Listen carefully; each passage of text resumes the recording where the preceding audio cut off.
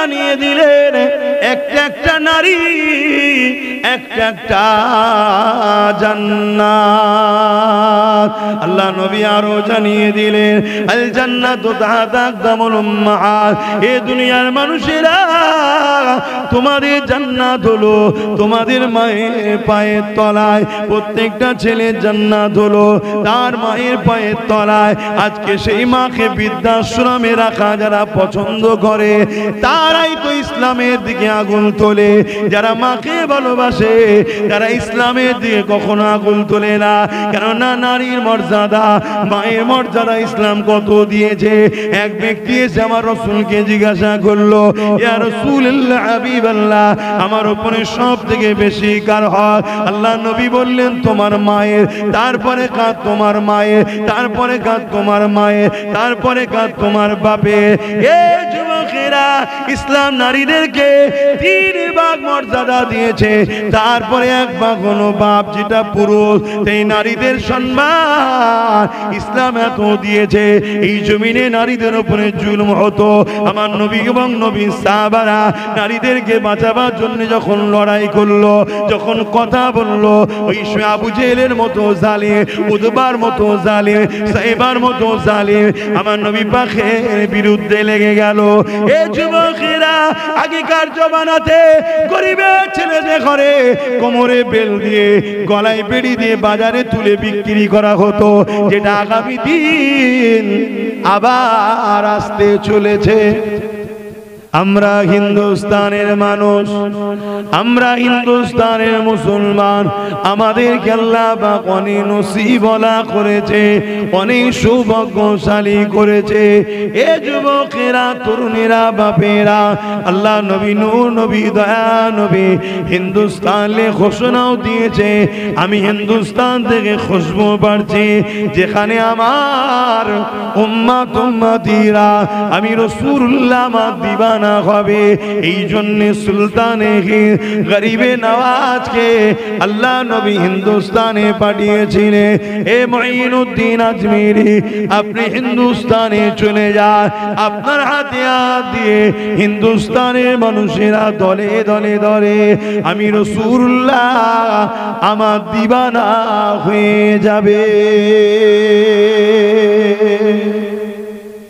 আমরা সেই হিন্দুস্তানের মানুষ, কিন্তু আজ হিন্দুস্তানের মুসলমানকেও টার্গেট করেছে, তাই তো নাকি? টার্গেট করা হয়।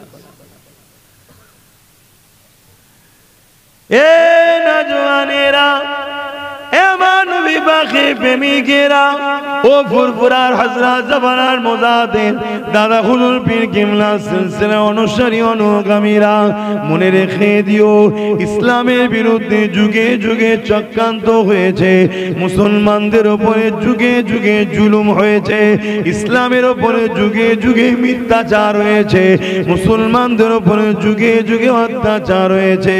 মনে রাখবেন, ইসলামকে মিটাতে অনেকে চেষ্টা করেছে, যারা চেষ্টা করেছে আল্লাহ পাক তাদেরকে মিটিয়ে দিয়েছে। কিন্তু আজও পৃথিবীর জমিনে সব থেকে প্রিয়, সব থেকে পছন্দনীয় এবং দ্রুত যে ধর্মের দিকে মানুষ ছুটতে লেগেছে, ওই ধর্মের নাম হলো ইসলাম।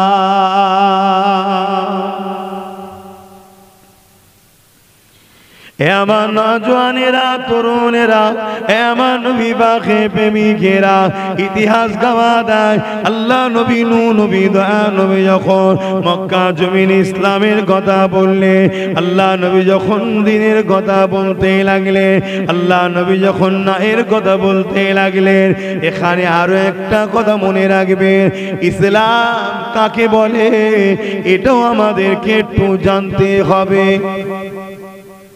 আমরা শুধু মনে করি ইসলাম মানে দাড়ি, টুপি, নামাজ, রোজা, হজ, যাকাত। এটা আমাদের মধ্যে একটা কুক্ষিগত প্রচার হচ্ছে।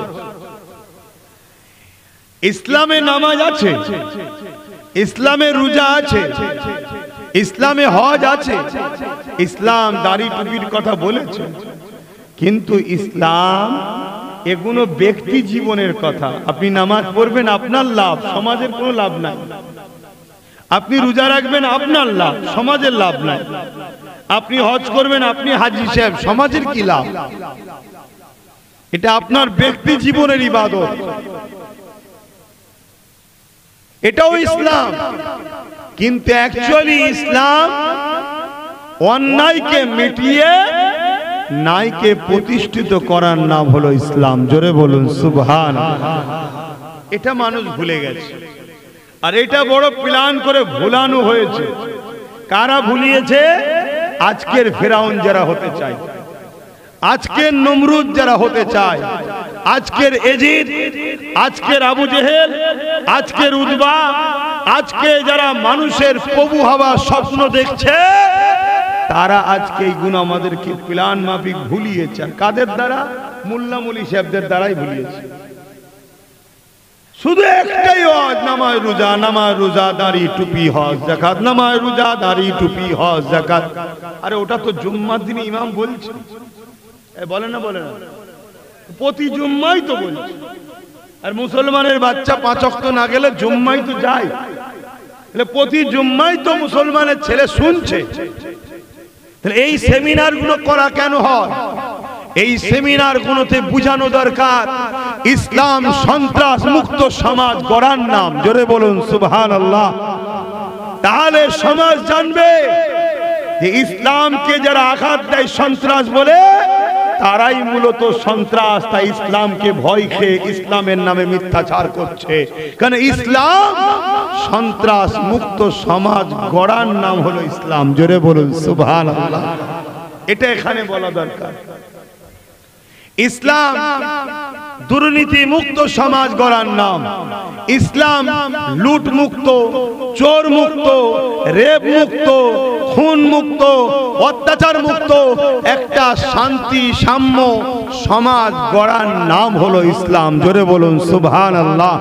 যেখানে এতিমের অধিকার এতিম পাবে, বিধবার অধিকার বিধবা পাবে, গরিবের অধিকার গরিব পাবে, বাপমার অধিকার বাপমা পাবে, অসহায়ের অধিকার অসহায় পাবে। মুসলিম মুসলিমের মতো, অমুসলিম হলো তার উপরে কোনো জুলুম হবে না, অন্যায় হবে না, অত্যাচার হবে না, তার উপরে প্রেসার হবে না। এই একটা সমাজ গড়ার নাম কি? জোরে বলুন ইসলাম। ইসলাম নেশা মুক্ত সমাজ গড়ার নাম ইসলাম। আর আজকে আমাদের যুবকরা নেশায় আসক্ত, সব নেশায় আসক্ত। আল্লাহ নবী, নবী দা নবী মেরাজ থেকে নামাজ রোজা এনেছে। আল্লাহ নবী মেরাজে কবে গিয়েছিলেন? এই যুবকেরা মন দিয়ে শোনেন। 570 খ্রিস্টাব্দে আল্লাহ নবী দ্বীনের প্রচার শুরু করেছে, তাওহীদের ঘোষণা দিয়েছে, রিসালাতের ঘোষণা দিয়েছে, এলানে নবুয়াতের ঘোষণা দিয়েছে। সর্বপ্রথম নবী আমার বলেছে লা ইলাহা ইল্লাল্লাহ আনা মুহাম্মাদুর রাসূলুল্লাহ। এই ঘোষণাটা দিয়েছে 570 খ্রিস্টাব্দে নবী দুনিয়ায় এসেছে। 40 বছর বয়স হওয়ার পর নবী আমার এই ঘোষণাটা দিয়েছে। 574 এর সঙ্গে 40 কে যোগ করলে 610 হয়। এই 610তে নবী আমার এই ঘোষণাটা দিবার পরে আল্লাহ নবীর প্রথম কাজ কি ছিল? মক্কা থেকে শুরু করে তাম পৃথিবী জমিনে নারীদের ইজ্জত ছিল না। নারীগুলোকে ভোগের পাত্রী বানানো হয়েছিল, নারীগুলোকে জ্যান্ত পুঁতে দেওয়া হতো, নারীদেরকে হত্যা করা হতো। তাদের ধারণা ছিল নারী হলো অশুভ, নারীদের বাঁচার কোনো অধিকার নাই। এ নওজওয়ানেরা, আল্লাহ নবী মক্কা থেকে আওয়াজ তুললেন, এ দুনিয়ার বাপেরা, তোমরা নারীদেরকে জ্যান্ত পুঁতে দিও না। নারী অশুভ নয়। মহান স্রষ্টা কন্যা সন্তান মায়ের পেটে দেয়, মহান স্রষ্টা পুত্র সন্তান মায়ের পেটে দেয়। এই কন্যার পুত্র মিলিয়ে দুনিয়া জমিনে মনুষ্য জাতির নারী পুরুষের মাধ্যমে মনুষ্য জাতির বিকাশ ঘটবে। আমি মুহাম্মদ রাসূলুল্লাহ জানিয়ে জানিয়ে দে নারী অশুভ নয়। কারো ঘরে যদি প্রথম কন্যা সন্তান জন্ম হয় এর মানে ওই নারীর বাবাকে মহান স্রষ্টা শান্তি জান্নাতের সুসংবাদ দেয়। আরো জোরে বলুন সুবহান। ইসলাম একমাত্র ধর্ম যে ধর্ম কন্যা সন্তান হলে জান্নাতের সুসংবাদ পায়, এই খবরটা দিচ্ছে। এই আওয়াজটা দরকার আছে না? এই আওয়াজটা এটা মসজিদে হয় না, কিন্তু মসজিদে নামাজের আলোচনা হচ্ছে হোক, রোজার আলোচনা হচ্ছে হোক, দাড়ি টুপির আলোচনা হচ্ছে হোক, কিন্তু আজ নতুন করে পৃথিবীতে আবার নারীদের উপরে জুলুম অত্যাচার শুরু হয়েছে। কন্টিনিউ মিডিয়া খুলুন, রেপ যেন আম হয়ে গেছে, নারীদের উপরে অত্যাচার আম হয়ে গেছে। এই কিছুদিন আগে আপনাদের এলাকার পুরুলিয়াতে সম্ভবত এক আদিবাসী ছোট্ট একটা বোনকে স্কুলে পড়া বোন তার শারীরিক নির্যাতন করে তাকে টুকরো টুকরো করা হয়েছিল। এই অন্যায় অত্যাচারকে মিটিয়ে নারীদের বাঁচার অধিকার দিবার নাম হলো ইসলাম। জোরে বলুন সুবহানাল্লাহ। এটাকে কেউ রাজনীতি ভাবে নিতে পারে, আলাদা বিষয়। এটা আমরা করব, আমার ধর্মের কাজ। নারীকে বাঁচানো হলো আমার ধর্মের কাজ। জোরে বলুন সুবহানাল্লাহ। কথা মাথায় ঢুকছে? কিন্তু আজ সমাজে দেখা যাচ্ছে যারাই রক্ষক তারাই ভক্ষক, যারা ক্ষমতায় বসে আছে তারাই নারীদেরকে বেশি অপমান অপদস্থ করছে, আবার তারাই ঘুরিয়ে ফিরিয়ে ইসলামকে আঘাত দিবার চেষ্টাও করছে। কেন? ইসলাম যদি জেগে যায় এদের নারী ভোগ বন্ধ হয়ে যাবে। এই ছেলেগুলো যে ঘুমোচ্ছে, এই যে মুসলমানের বেটা ঘুমোচ্ছে, এদেরকে মদ দিয়ে, মেলা দিয়ে, যাত্রা দিয়ে, টিভি দিয়ে, সিনেমা দিয়ে, খেলা দিয়ে এদেরকে সব ঘুমিয়ে রাখা হয়েছে। কেন? জালিমরা জানে, ফেরাউনরা জানে, সাদ্দাত নমরুদরা জানে যে একটা মুঈনুদ্দিন হলেই ভারতবর্ষে যথেষ্ট। জোরে বলুন সুবহানাল্লাহ। অতএব এদেরকে ঘুম পড়াও, এরা জেগে না যায়। এরা যদি জেগে যায় তাহলে আজকে নারী দেহ শোষণ যে ভোগ চলছে, নারীদের যে অপমান হচ্ছে, এই অপমান যারা করছে এদের দুনিয়ায় টিকে থাকার জায়গা খুঁজে পাবে না। এরা যদি জেগে যায়, এটা চক্রান্ত চলছে একটা। কিন্তু আমার কম, আপনারা তো আপনার ধর্মকেই বুঝতে পারলেন না। আপনাকে আল্লাহ পাঠালো কেন? আল্লাহ যে দুটো চোখ দিলেন কি জন্যে? আল্লাহ যে দুটো হাত দিলেন কি জন্যে? আল্লাহ যে দুটো পা দিলেন কি জন্যে? আল্লাহ যে জবানে কথা দিলেন কি জন্যে? এ যুবকেরা, এবং তোমাকে আমাকে আল্লাহ পাক খায়রুল উম্মাহ বানিয়েছে। কুনতুম খায়রুল উম্মাহ উখরিজাত লিন-নাস তা'মুরুনা বিল মা'রুফ ওয়া তানহাউনা আনিল মুনকার। এ দুনিয়ার মানুষেরা, এ বাঁকুড়া জেলার মানুষেরা, ও দাদা পীরের সিলসিলা অনুসারী অনুগামীরা, এ নবী দিবানারা, মন দিয়ে শোনো, বিশেষ করে যুব সমাজ শোনো। আল্লাহ তোমাকে আমাকে শ্রেষ্ঠ উম্মত করে পাঠিয়েছে। কেন পাঠিয়েছে? আমাদেরকে আল্লাহ দুটো কাজ দিয়েছে। অন্যায় দেখলে মিটিয়ে দাও, ন্যায়কে প্রতিষ্ঠিত করো। অন্যায় মিটাতে গিয়ে যদি তুমি মারা যাও, অন্যায় মিটাতে গিয়ে তুমি যদি অন্যায়কারীদের হাতে মারা যাও, এ যুবকেরা শুনে রেখে দাও, কিয়ামতের দিনে সাহাবাদের কাতারে হাসর নাসর হয়ে আল্লাহর জান্নাতে যাবে। আর অন্যায়ের বিরুদ্ধে লড়াই করতে গিয়ে আল্লাহ যদি তোমাকে আমাকে বিজয়ী দেয়, আল্লাহ যদি তোমাকে আমাকে ফতে দেয়, আল্লাহ যদি তোমাকে আমাকে কামিয়াবি দেয়, তাহলে তুমি কি পাবে?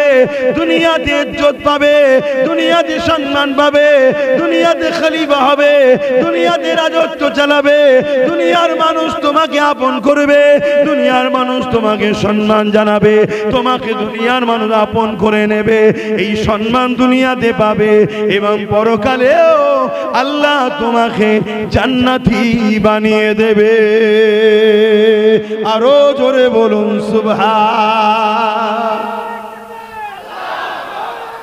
আল্লাহ জিন্দাবাদ। আমার নবী সাহাবারা কি করেছিল বলো, কি করেছিল? আরে নামাজ তো মেরাজ থেকে এসেছিল 11 বছর পর, নবুয়াতের এলানের 11 বছর পর নবী মেরাজে গেছে। 610-এ এলান করেছে আমি মোহাম্মদ আল্লাহর প্রেরিত রাসূল। তারপরে 2621-এ নবী মেরাজ গেছে। আল্লাহ বলছে জমিন পরিষ্কার, নামাজ নিয়ে যাও। এই 11টা বছর ধরে আমার নবী কি করেছে বলো যুবক? এই 11টা বছর ধরে রোম থেকে শুরু করে, পারস্য থেকে শুরু করে, কেসরা থেকে শুরু করে, নাজ্জাসি থেকে শুরু করে, আফ্রিকা থেকে শুরু করে তামাম ওয়ার্ল্ডে যত অত্যাচারী, জালিম, স্বৈরাচারী, লুটেরা, খুনি, বদমাইশ, চরিত্রহীন নেতা, লিডার ছিল, তাদের বিরুদ্ধে আল্লাহর নবী সংগ্রাম করেছে, লড়াই করেছে। লড়াই করে নারীর অধিকার দিয়েছে, এতিমের অধিকার দিয়েছে, গরিবকে ভাসিয়েছে, অসহায়কে আশ্রয় দিয়েছে, জমিনের উপরে ইনসাফ প্রতিষ্ঠিত করেছে, ন্যায় প্রতিষ্ঠিত করেছে, সাম্য প্রতিষ্ঠিত করেছে, নেশা বন্ধ করেছে, চুরি বন্ধ করেছে, খুন বন্ধ করেছে, রেপ বন্ধ করেছে, দাঙ্গা পছন্দ বন্ধ করেছে। সব করে জমিন যখন পরিষ্কার, আল্লাহ তখন দাওয়াত দিচ্ছে বন্ধু আসুন। তখন নবী মেরাজে গেছে, আমার নবীর দিদার হয়েছে আল্লাহর সঙ্গে। আল্লাহ বললেন যান, ওই পরিষ্কার বাগান তো এখন তার ফিতনা ফাসাদ নাই, এবারে যান নামাজের চাষ করুন। শুনছেন তো নাকি? আর আনতে হবে না, শুনছেন তো নাকি? এই যুবকরা, আমি যুবকদের রজ করছি, শুনছো তো নাকি? তোমাদের কাজ এটা নয়? আল্লাহ তো দুটো কাজ দিয়েছে, অন্যায় মিটাও, ন্যায়কে প্রতিষ্ঠিত করো। ধরো একটা কোম্পানিতে তুমি চাকরি করো, তোমাকে একটা মাল দিয়েছে কলকাতায় রেখে আসো, তুমি যদি না রেখে আসো তোমাকে মাইনে দেবে? কোম্পানি তোমায় রাখবে? আল্লাহ তোমায় সৃষ্টি করেছে, দুটো চোখকে দিয়েছে। এই জবান খোলো, জবান খোলো। বাঁকুড়ার মানুষের এটা মানাই না, খাটাখাটনি লোক, পাথরের এলাকার পাথর লোক, অন্য জায়গার লোক ঝিমিয়ে যায়। কথা বুঝে আসছে না? নাই, আমাদের দুটো কাজ দিয়েছে কে? যিনি দুটো হাত দিয়েছে, যিনি দুটো চোখ দিয়েছে, কে দুটো কান দিয়েছে, কে দুটো কিডনি দিয়েছে। এখনো আমাকে আপনাকে বাঁচিয়ে রেখেছেন কে? সেই আল্লাহর কাজ করবেন না? করবেন না? দুনিয়ায় মাতাল কাজ দিলে কাজ করেন, চোর কাজ দিলে কাজ করেন, খুনি কাজ দিলে কাজ করেন, চিটিংবাজ কাজ দিলে কাজ করেন, ইসলাম বিদ্বেষীরা কাজ দিলে তার হয়ে কাজ করেন। সবার জন্য কাজ করছেন, আপনার মহান স্রষ্টার জন্য কাজ করবেন না? তিনার হুকুম। জাগো মুসলমানের বাচ্চারা, ও আমির উম্মতেরা জাগো, এখনো সময় আছে, জেগে দাও। আর তোমাকে অলসতায় থাকলে হবে না, বিছানা থেকে ওঠো, শীত ঘুম ছাড়ো। মাচানে বসার জন্য দুনিয়া শুনি, ক্লাবে বসার জন্য দুনিয়া আল্লাহ পাঠাইনে, পার্টি অফিসে বসার জন্য দুনিয়া আল্লাহ পাঠাইনে। এ যুবক জাগো, এই জমিনে নারীদের উপরে অত্যাচার হচ্ছে, নারীদেরকে বাঁচাবার জন্য সংগঠিত এই জমিনের উপরে গরিবকে লুটা হচ্ছে, গরিবদেরকে বাঁচাবার জন্য সংগঠিত হয়। এই জমিনে মায়েদের উপরে অত্যাচার হচ্ছে, মায়েদের ইজ্জত বাঁচাবার জন্য সংগঠিত হয়। এই জমিনের নিশাতে যুব সমাজকে ধ্বংস করে দেওয়া হচ্ছে, এই যুব সমাজকে বাঁচাবার জন্য সংগঠিত হয়। এক কথায় ইনসাফকে প্রতিষ্ঠিত করো, ন্যায়কে প্রতিষ্ঠিত করো, অন্যায়কে মিটিয়ে দাও। এর জন্য তোমাকে আমাকে জাগতে হবে। যদি আজকে না জাগি, আল্লাহ তোমাকে আমাকে দুনিয়া তো লাঞ্ছিত করবে, দুনিয়া তো অপমানিত করবে, দুনিয়ায় অপদস্থ করবে, এবং পরকালেও তোমার আমাকে আল্লাহ পাক জাহান্নামে দেবে। অলরেডি দেখুন আমরা দুনিয়াতে অপদস্থ তো হতেই লেগেছে। এ নওজওয়ানেরা, আজ আমরা তাদের পায়ের গোড়ায় গিয়ে দাঁড়িয়ে থাকি, যাদের আওকাত নাই পবিত্র হবার, আমরা তাদের কাছে গিয়ে দাঁড়িয়ে থাকি। স্যার স্যার তাদেরকে বলতে হয়, যারা কিনা তুজা হয়ে দাঁড়াতে পারে না, যারা কিনা পবিত্র হতে পারে না, তাদের কাছে যে আমাদেরকে মাথা নত করতে হয়। হচ্ছে না? এই কারণ একটাই, আমরা আমাদের কাজ ছেড়ে দিয়েছি। 200 টাকার জন্য হাত পাততে হচ্ছে, দেন না। আর আজকে সব ফর্মলে ছুটতে হচ্ছে, দেন না? যুবকেরা, আল্লাহ নবীকে ধরো, রাসূলের সুন্নাতে জীবন গড়ো। আল্লাহ নবী সাহাবারা কি করেছে সেটা দেখো। মক্কার উপরে যে জুলুম হচ্ছিল, মক্কায় আবু জিল উতবা সাইবা যে অত্যাচার করতেছিল, আল্লাহ নবী তার বিরোধী করতে লাগলো, তাদের বিরুদ্ধে বলতে লাগলো। ওই সময় মক্কার সন্ত্রাসীরা, মক্কার জালিম নেতারা আমার রাসূলুল্লাহর বিরুদ্ধে লেগে গেল। আমার নবী পাককে বিভিন্ন দিক দিয়ে কষ্ট দিতে লেগেছে। তারা অলিতে গলিতে, বাজারে, হাটে ঘাটে আল্লাহ নবীর বিরুদ্ধে মিথ্যাচার করতে লেগেছে। কখনো কখনো নবীকে জাদুকর পর্যন্ত বলতে লেগেছে। নানা রকম বিদ্যে আমার নবী পাকের বিরুদ্ধে মিথ্যা মিথ্যা প্রচার করতে লেগেছে। লাস্টে মক্কা জমিনে একটা মেলা হতো, যে মেলাটার নাম হলো ওকাজের মেলা। ওই ওকাজের মেলাতে আবু জেহেল মক্কার আগার প্রতিটা রাস্তার মোড়ে মোড়ে মোড়ে দুজন করে লোক দাঁড় করিয়ে দিল। তাদের কাজ হলো পৃথিবী থেকে যারা আসছে তাদেরকে মুহাম্মদ রাসূলের মিথ্যা মিথ্যা শোনাবে। আবু জেহেলের কথা মতো কাজ শুরু হয়ে গেল। লোক দাঁড়িয়ে গেল, আমার রাসূলুল্লাহর বিরুদ্ধে মিথ্যা মিথ্যা প্রচার হতে লেগেছে। যারা বাইরে থেকে এসেছে তাদের মনে একটা কৌতূহল হলো, কে মুহাম্মদ একবার দেখা যাক। এদিকে আমার নবী পাক কোটি কত ব্যক্তিকে নিয়ে দিনের প্রচার করতে লেগেছে, ন্যায়ের কথা শোনাতে লেগেছে। ওইখানে তারা এসে নুকিয়ে নুকিয়ে আল্লাহ নবীর কথা শুনে, এ যুবকেরা, তরুণেরা, আল্লাহ নবীর কথা শুনে বাইরে থেকে যারা এসেছে তারা বলতে লেগেছে মুহাম্মদ রাসূলের মতো ব্যক্তি হতে পারে না। তারা আমার নবী পাককে এমন করে আলোচনা শুনে মনে মনে মনে মনে আমার নবীকে দিল দিয়ে বসে যা।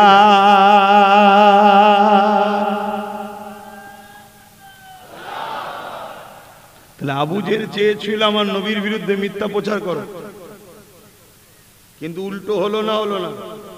কথা বলে। আমেরিকাও চেয়েছিল ইসলাম নিয়ে মিথ্যা ফিল্ম টিলিম তৈরি করে ভুল প্রচার করো, আর সেই আমেরিকা আজকে তাদের রিপোর্ট, তাদের মিডিয়া, তারা বলছে আগামী 40-45 মধ্যে ইউরোপ দুনিয়া সংখ্যাগুরু হবে ইসলাম। জোরে বলুন সুবহানাল্লাহ। তারাও মিথ্যা প্রচার করে আজকে রুখতে পারছে ইসলামকে। তাহলে আজকে আমার দেশেও মিথ্যা প্রচার হচ্ছে না, হয়নি? জোরে বলেন। যেমন আমার বাংলায় কদিন আগে একজন একটা মিথ্যা প্রচার করেছে, শুনেছেন? ইসলামে নাকি রেপ করাটা পাপের বিষয় নয়। শুনেছেন আপনারাও? এ কথাটা সত্য বলেছে না মিথ্যা বলেছে? ইসলাম ধর্মের উপরে আঘাত দিয়েছে না দেয়নি? ইসলামে রেপের শাস্তি কি? মৃত্যুদণ্ড। তাকে পাথর মেরে গলা পর্যন্ত পুঁতে পাথর মেরে মেরে ফেলো। শুনছেন তো? তাহলে এ কি বলছে? যে বলছে তাদের দলে অনেক রেপিস্ট আছে না নাই? তাহলে এরা মূলত ইসলামকে ভয় খাচ্ছে যে যুবক যদি জেগে যায় তাহলে আমরা যে বদমাইশি করছি আমাদের এই বদমাইশির নাম নিশানা বন্ধ হয়ে যাবে। কথা বুঝলেন? সেদিনও আবু জেহেল ভয় করেছিল, আজকে আবু জেহেলের উত্তরসূরিরা ভয় করছে। তাই মুসলমান ঘরের ছেলেদের বলি, জাগো, এখনো সময় আছে। এই সমাজে মায়ের জাতের ইজ্জতকে বাঁচাবার জন্য জাগো।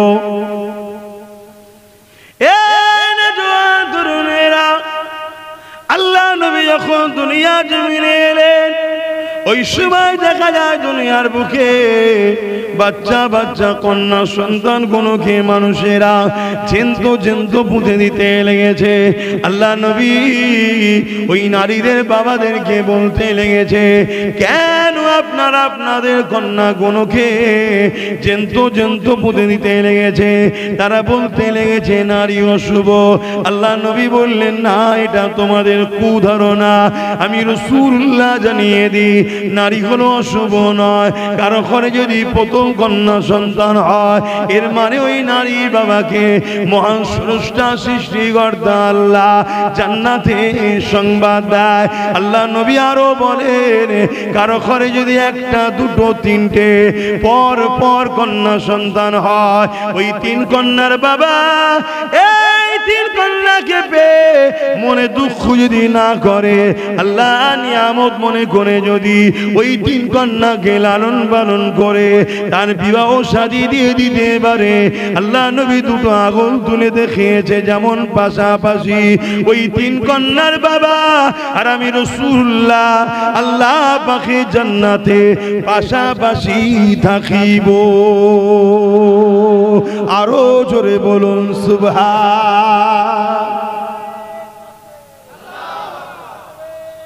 আল্লাহ জিন্দাবাদ। তাহলে ভাবুন ইসলাম নারীদেরকে কত মর্যাদা দিচ্ছে, আর এই মূর্খগুলো জালিমগুলো কি প্রচার করছে? মিথ্যা প্রচার করছে। কেন? যাতে মানুষ ইসলামকে ভালোবেসে না নেয়।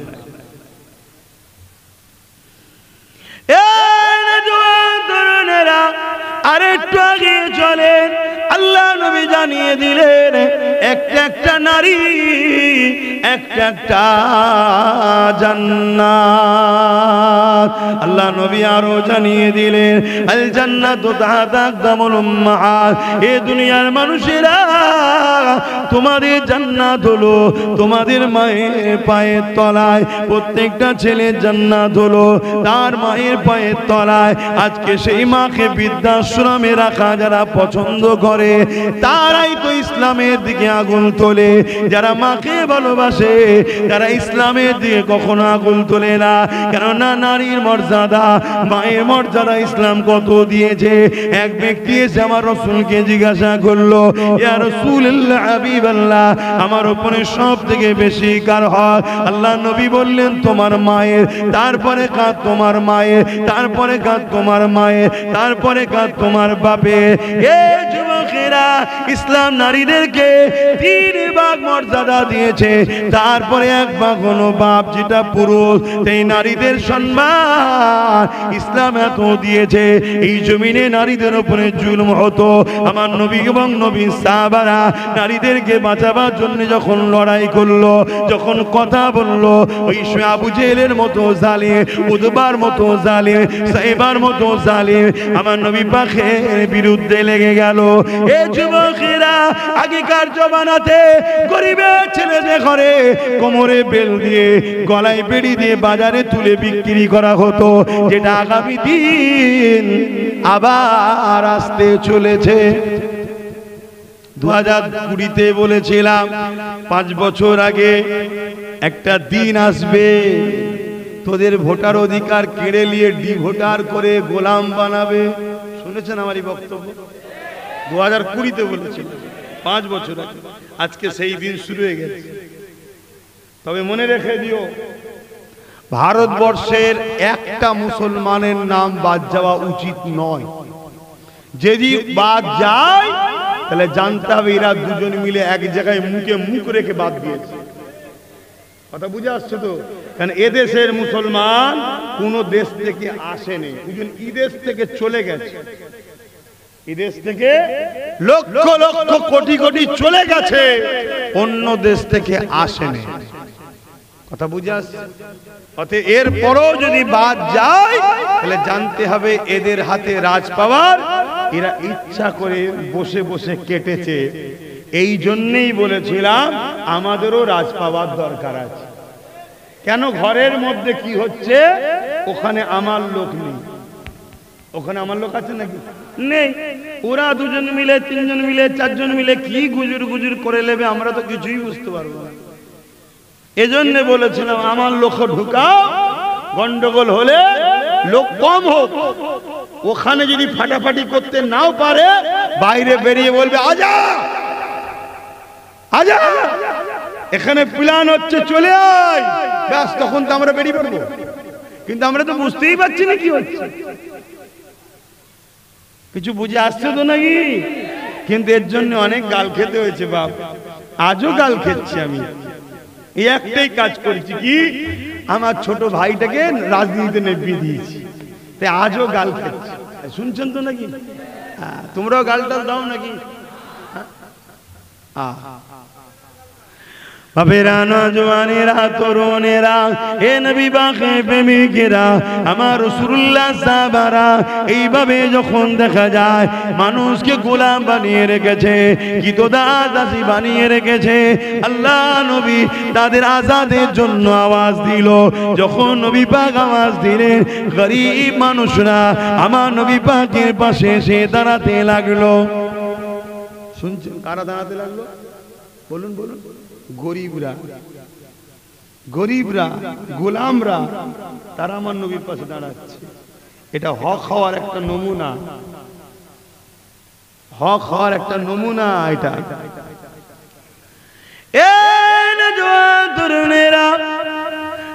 এমন সময় মক্কা জালিমরা, মক্কার আবু জেহেল, উতবা, সাইবা যখন বুঝতে পেরে গেছে মুহাম্মদ রাসূলুল্লাহ দিকে এমন করে গরিবরা আস্তে আস্তে যেতে লেগেছে, যাদেরকে আমরা ভয় দেখিয়ে, যাদেরকে আমরা চমকে ধমকে গোলাম বানিয়ে রেখেছিলাম, তারা আজকে মুহাম্মদ রাসূলুল্লাহ দিকে যাচ্ছে।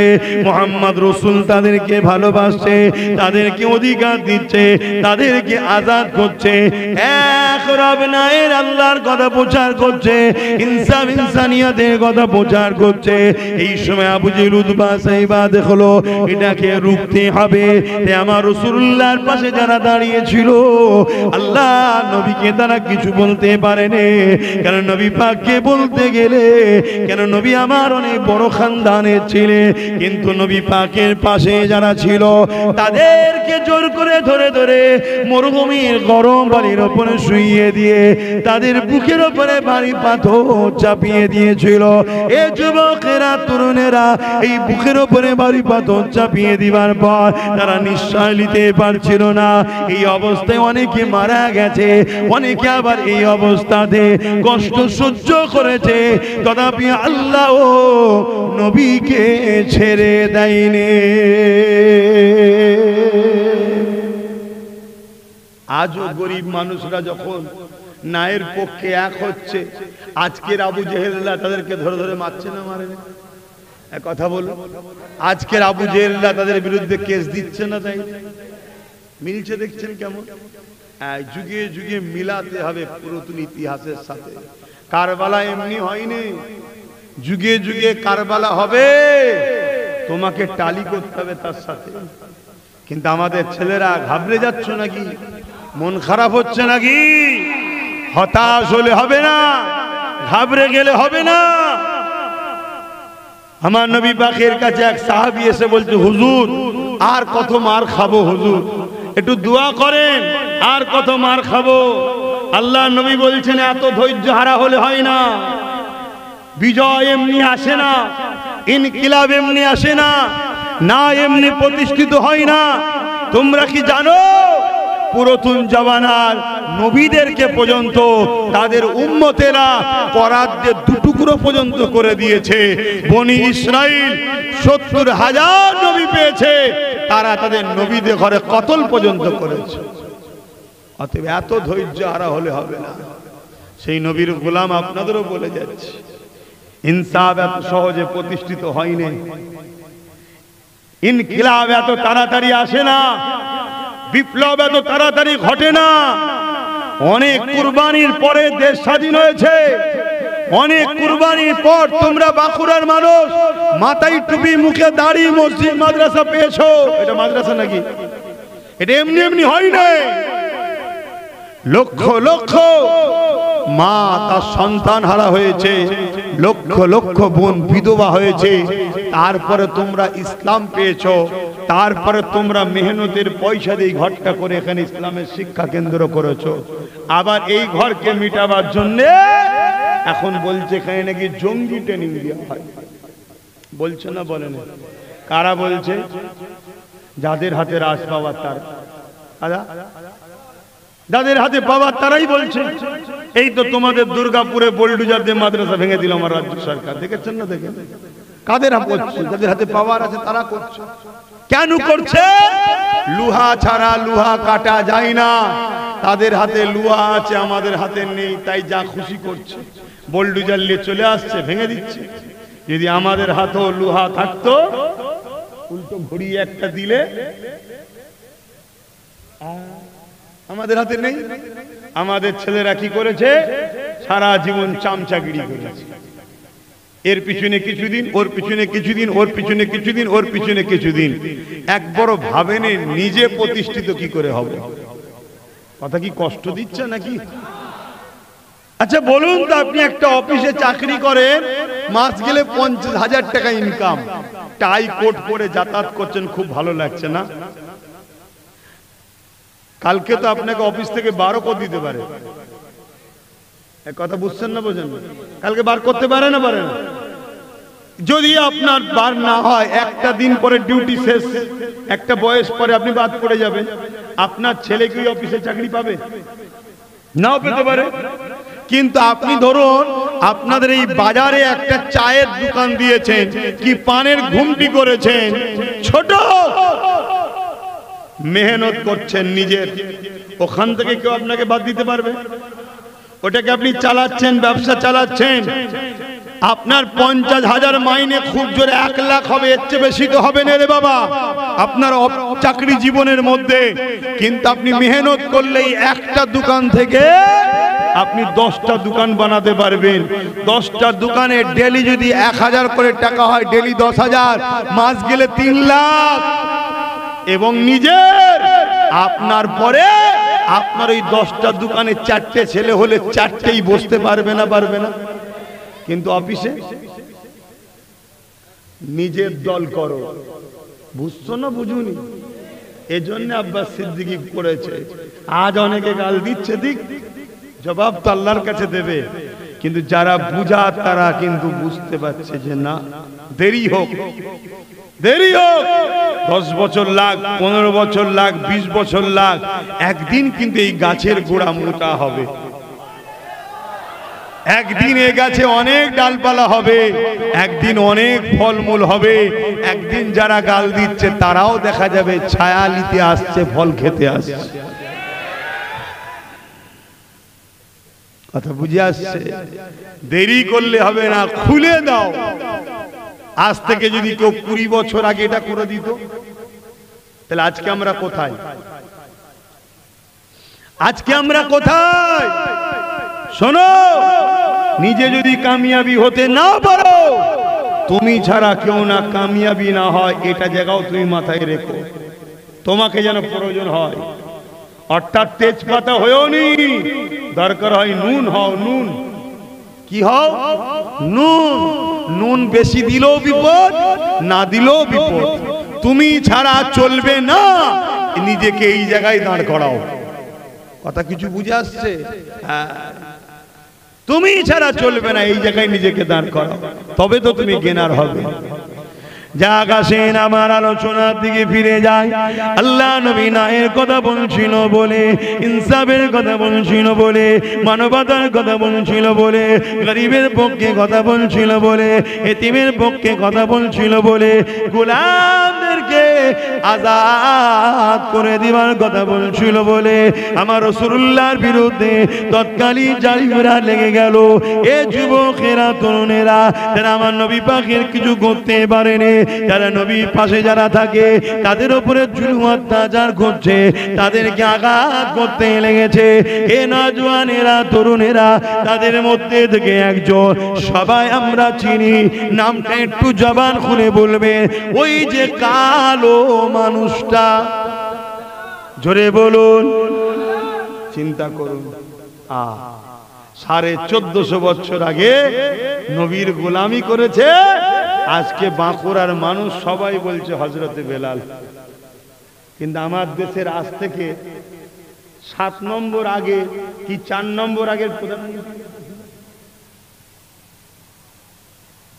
আমি জানি না, কে খোঁজ রাখবে?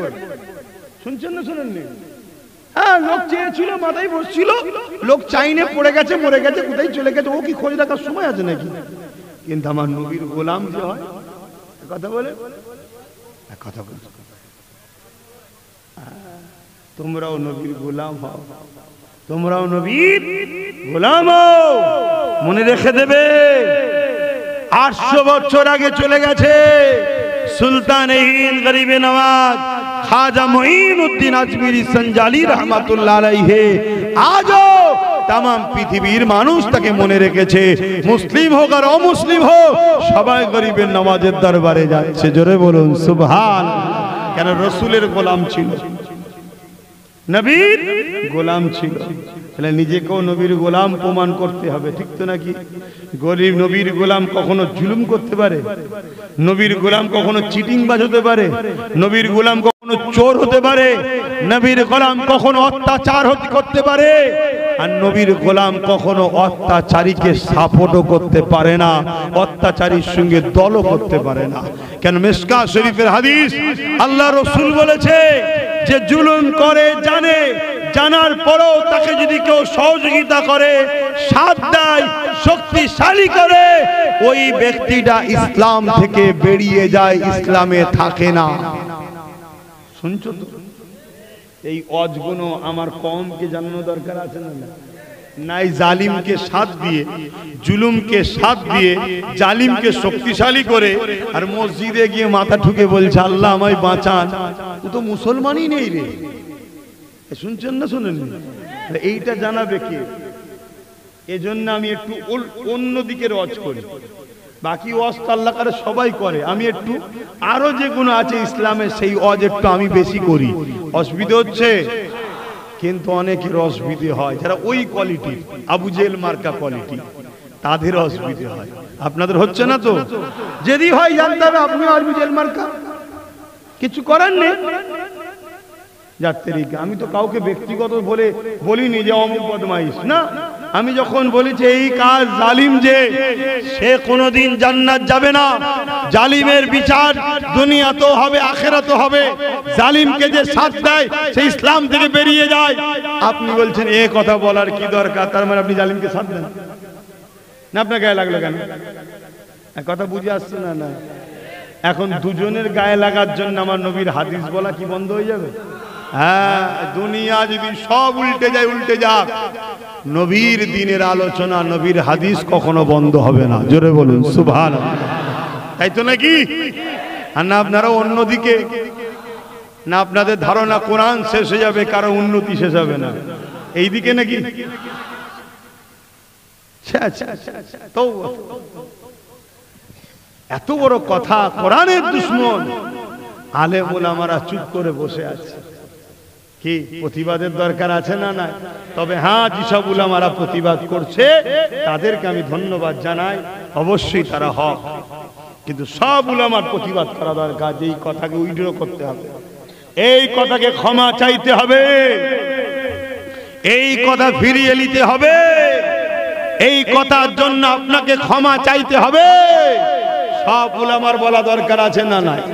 প্রতিটা মসজিদে দাঁড়িয়ে জুম্মার খুতবাতেও বলা দরকার আছে না? নাই। যে কোরআন শেষ হয়ে যাবে যদি কেউ বলে, তাকে এই কথা ফিরিয়ে নিতে হবে। সে যদি বলে ফিরিয়ে নেব না, আমরা তার সাথ দেব না, বলা দরকার আছে না? নাই। হাত তুলে বলুন আমার সঙ্গে একমত তো নাকি? একমত তো নাকি? একমত তো নাকি? এই কথায় যদি কোনো মুসলমান, এই কথাতে কোনো মুসলমান যদি একমত না হতে পারে, সে মুসলমানই নয়। শুনছেন তো নাকি? এই কথাতে কোনো মুসলমান যদি একমত না হতে পারে, তার মধ্যে ঠোলটা রয়েছে মুসলমান, ভেতরে অরিজিনাল মাল ঈমান চলে গেছে। শুনছেন তো নাকি? সবার আওয়াজ তোলা দরকার, সব ভাইয়ের কথা বলা দরকার। যে আপনাকে আমরা ভালোবাসি, প্রেয়ার করি, আপনার সাথ দিয়েছি, আপনাকে বারবার বাঁচিয়েছি, আপনার সঙ্গে সবাই গাদ্দারি করেছে, যাদের জন্য সব করলেন তারাও আপনার সঙ্গে গাদ্দারি করেছে, যাকে অনেক পদ দিলেন সেও গাদ্দারি করেছে। করেছে না করেন? তোমাদের এইদিকে আসে আবার পূর্ব মেদিনীপুর থেকে আসে না? হ্যাঁ, তাকে কত কি দিয়েছিল, সবাই গাদ্দারি করেছে, আমরা কিছু পাইনি, তারপরেও কিন্তু আপনার কোলে বারবার উঠেছি। কেন? আপনি ডাকাতের ভয় দেখান। কার ভয় দেখান বুঝতে পারছেন না? তারপরে আপনার কোলে আছি, আপনাকে পিয়ার করেছি, কিন্তু আপনি এত বড় কথা আঘাত দিয়েছেন, এটা আপনাকে ফেরত নিতে হবে, এটা আপনাকে বলতে হবে যে ওটা আমার মিস্টেক হয়ে গেছে, ওটা আমাকে ক্ষমার নজরে তোরা দেখিস। কি বলা দরকার আছে না নাই? প্রত্যেকটা ইমাম, প্রত্যেকটা আলেম, প্রত্যেকটা মসজিদে, প্রত্যেকটা জলসায়, প্রত্যেকটা খানকায় যদি এই আওয়াজ না ওঠে, আল্লাহ মাফ করো, সন্দেহ হচ্ছে সে মোল্লা মুলি সাহেবের নামে ইসলামের দুশ্মন বিদেশিদের চট টাকা নিয়ে খেয়ে হয়তো বসে আছে। কথা বুঝে আসছে? তুমি কোরআনের পক্ষে কথা বলবে না, তাকে বলো ক্ষমা চাইতে। সে যদি ক্ষমা চেয়ে নেয়, তার সাথ দেবে কি দেবে না দেবে সেটা তোমার নিজের ব্যাপার। কথা বুঝে আসছে? কিন্তু সে যদি ক্ষমা না চায়, কোরআনের দুশ্মনকে সাপোর্ট করলে ঈমান থাকবে না। কথা শুনছেন? কোরআন মানে না আলাদা কথা। লক্ষ লক্ষ হিন্দু, আদিবাসী, দলিত, সাঁওতাল, বাগদি, খ্রিস্টান, তারা আমাদের ভাই, আমাদের বোন, আমরা মানুষ মিশবো। সে কোরআন মানে না, কিন্তু কোরআনের বিরোধী করে না। তাই শুনছেন না? বিরোধী করা মানে দুশ্মনী শুরু হলো। তুই মানিসনি, জবাব আল্লাহর কাছে দিবি। ভুল ঠিক আল্লাহ তোর সাথে ব্যবস্থা করবে। আমি কে? আমি তোকে বানিয়েছি নাকি? কিন্তু তুই মানবি না, আবার বিরোধী করবি, এই অধিকারটা তোকে কে দিল? আমার কথা বুঝতে পারছি তো নাকি? হ্যাঁ, তাহলে প্রতিবাদের দরকার আছে না? না করছে না। গুটি কতক লোক করছে, তার মধ্যে আলহামদুলিল্লাহ আল্লাহ আমাকেও বলাচ্ছে, আর বলতে গিয়ে গালও খেতে হচ্ছে। বাবেরা, নজওয়ানেরা, তরুণেরা, এ নবী পাকে প্রেমিকেরা, মনে রেখে দিও, এই দিনের জন্য, কোরআনের জন্য সাহাবা হুজুররা নিজেদের জীবনকে কুরবান করে দিয়েছে। এ নজওয়ানেরা, তরুণেরা, আজ আল্লাহ আমাদের জান দিয়েছে, এই জান আল্লাহ একদিন নিয়ে নেবে। যদি কোরআনের জন্য, দিনের জন্য আমরা কুরবানি করতে পারি, অবশ্যই আল্লাহ জান তো নেবে, কিন্তু আখিরাতে আমাদেরকে জান্নাতে রাখবে। এ নওজওয়ানেরা, এটা তো আমাদের ঈমান, এটা তো আমাদের বিশ্বাস। মৃত্যু তো সবার হবে, সে আল্লাহর ওলি হলে তারও মৃত্যু হবে, দেশের প্রধানমন্ত্রী হলে তারও একদিন মৃত্যু হবে, রাজ্যের সিএম হলে তারও একদিন মৃত্যু হবে। আমি আব্বাস সিদ্দিকী, আমারও একদিন মৃত্যু হবে। এই মৃত্যু অবশ্যই একদিন হবে। মনে রাখবে কবে হবে, এটা লিপিবদ্ধ হয়ে আছে। এর আগেও হবে না, এর পরও হবে না। তুমি অন্যায়ের সঙ্গে মিশে থাকলো, সেই দিনই হবে। অন্যায় বিরুদ্ধে বললো, সেই দিনই হবে। তার আগেও হবে না, পরও হবে না। পুরো পৃথিবী যদি তোমার দুশ্মন হয়ে যায়, তোমার মৃত্যু ওই দিন হবে যেদিন আল্লাহ তোমার তকদিরে লিখে রেখেছে। পুরো পৃথিবী যদি তোমার বন্ধু হয়ে যায়, মৃত্যু ওই দিনই হবে যেদিন আল্লাহ তোমার লিখে রেখেছে। এক সেকেন্ড কেউ আগে আনতে পারবে না, এক সেকেন্ড কেউ পরেও নিয়ে যেতে পারবে না। এই মৃত্যু নিয়েও তো চিন্তা নয়, চিন্তা করো আল্লাহর কাছে কি মুখ দেখাবে। আল্লাহ যদি জিজ্ঞাসা করে, ওরে আমার বান্দারে, জমিন আমার ছিল, আসমান আমার ছিল, আমি আল্লাহ, আমি তোদেরকে সৃষ্টি করেছি, এই জমিনের উপরে তোমরা আমার জন্য কি করলি? কিছুই করতে পারলি না। উপরন্তু আমার কোরআনকে যে মিটে যাবে কথা বলে, তার তোরা সাথ দিলি কি করে? এর জবাবটা কি দেব? তাই পরিবর্তন তওবা করে। ভুল মানুষ মাত্র হতে পারে, অন্যায় দেখার পরে তার সাথ দেওয়া যেতে পারে না। কারণ নবী বাবা জানিয়ে দিল অন্যায় দেখলে হাত দিয়ে রোখো, যদি হাতে ক্ষমতা না থাকে মুখ দিয়ে প্রতিবাদ করো, মুখে যদি ক্ষমতা না থাকে অন্তর থেকে ঘৃণা করো, যদি অন্তরে ঘৃণা করো এটা হলো সব থেকে দুর্বল ঈমান, এরপরে আর কোনো ঈমান নেই। এই জায়গায় তুমি অন্যায় দেখলে হাত দিয়ে প্রতিবাদ করলে না, মুখ দিয়ে ঘৃণা প্রতিবাদ করলে না, অন্তর দিয়ে ঘৃণা করলে না, উপরন্তু তাকে সাপোর্ট করলে, তাহলে রাসূলুল্লাহ হাদিস তোমার মধ্যে ঈমান নাই। শুনছেন তো নাকি? বুঝুন দিনটা। আমার কি দায়িত্ব নয় আমার কওমকে সাবধান করা? দায়িত্ব আছে না? না, আমার কওমকে আমার বলা দরকার যে ভাই একসাথে বন্ধুত্ব করবে, সবার সঙ্গে উঠা বসা করবে, মিশবে, সব ঠিক আছে, কিন্তু মনে রেখে দিও ভাই তোমার ধর্ম তোমার কাছে, অন্যের ধর্ম অন্যের কাছে, তোমার উৎসব তোমার কাছে, অন্যের উৎসব অন্যের কাছে। এটা বলা কি আমার অপরাধ হবে? এই জোরে বলে কেন? গায়রুল্লাহর সঙ্গে শরীক যেখানে হয় সেই উৎসবে যাওয়া ইসলামে হারাম। যেখানে শিরক অনুষ্ঠিত হয় সেই উৎসবে যাওয়া কি ইসলামে হারাম। তা আমার কওমের যুবক যদি শিরকের উৎসবে উঠা বসা করে, এই জাতির উপরে আল্লাহ বিপদের সময় রহমত করবে। তো এই জাতিকে বাঁচাবার জন্য বলা দরকার আছে না? না, এজন্য ধরুন আমি বুঝালাম যে ধর্ম যার, ধর্ম যার, বলবেন তো ধর্ম যার।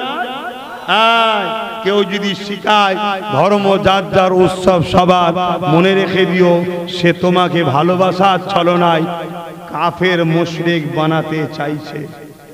যে তোমাকে কাফের মুশরিক বানাতে চায় সে তোমার আপন না দুশমন? কত বড় দুশমন বলো বলো বলো বলো।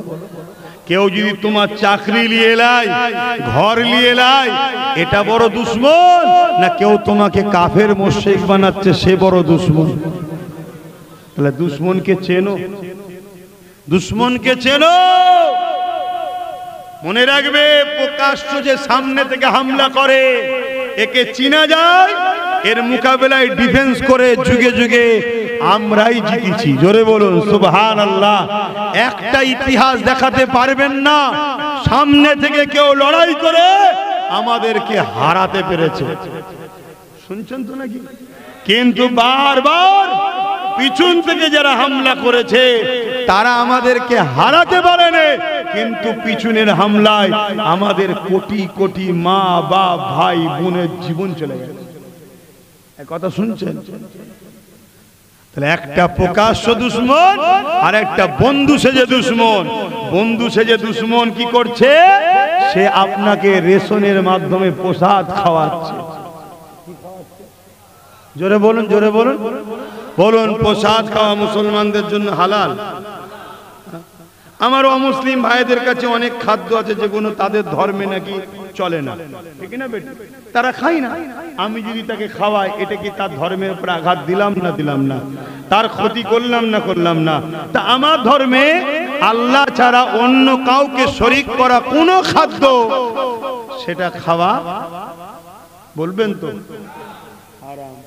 তাহলে কেউ যদি প্ল্যান মাফিক আমাদেরকে হারাম খাওয়ায় তাহলে আমাদেরকে বলা দরকার, জাতিকে সজাগ করা দরকার আছে না? না, যে আমার কওমের মানুষ চক্রান্ত চলছে তোদেরকে কাফের বানাবার, চক্রান্ত চলছে তোদেরকে মুশরিক বানাবার, চক্রান্ত চলছে তোদেরকে আল্লাহ ও রাসূল থেকে সরাবার। এটা আমার জাতিকে সজাগ করা দরকার আছে না? নাই। এই সজাগ করতে গিয়ে যদি আমার কোনো মুসলিম ভাই আমার বিরোধী করে, জানতে হবে সে মুসলিম লেবাসে, ভেতরটাই সে মুসলমান নয়, অমুসলিম হয়ে আছে। কথা মাথায় ঢুকছে না? ঢোকেনে কেন? আমি আমার কওমের মানুষকে কুফরির হাত থেকে, শিরকের হাত থেকে বাঁচাবার জন্য কথা বলতে হবে। আমার রাসূল পাক সাল্লাল্লাহু আলাইহি ওয়াসাল্লাম তিনি শিরক মুক্ত সমাজ তৈরি করেছে। আজকে সেই উম্মতকে কেউ শিরকের দিকে নিয়ে যাবে, আমাকে সজাগ করা দরকার আছে না? না, তাই বলবো যারা আমাদেরকে প্ল্যান মাফিক অধিকার দিচ্ছে না, চাকরি দিচ্ছে না, কারবার দিচ্ছে না, অথচ দরদ দেখে এমন দিচ্ছে যাতে আমি মুশরিক হয়ে যাচ্ছি, এ আমার বন্ধু না দুশমন? জোরে বলুন। দুশমনের থেকে সতর্ক হওয়া দরকার আছে না নাই? এই কথাগুলো একটু আমি বলি, আপনারা শুনেছেন তো নাকি? এতে অনেকের কষ্ট হয়ে যাচ্ছে, তাহলে কি বলা বন্ধ করে দেবো? আপনারা যা খাচ্ছেন খেয়ে যান, আমি তো খাবো না। আপনারা খাচ্ছেন খান।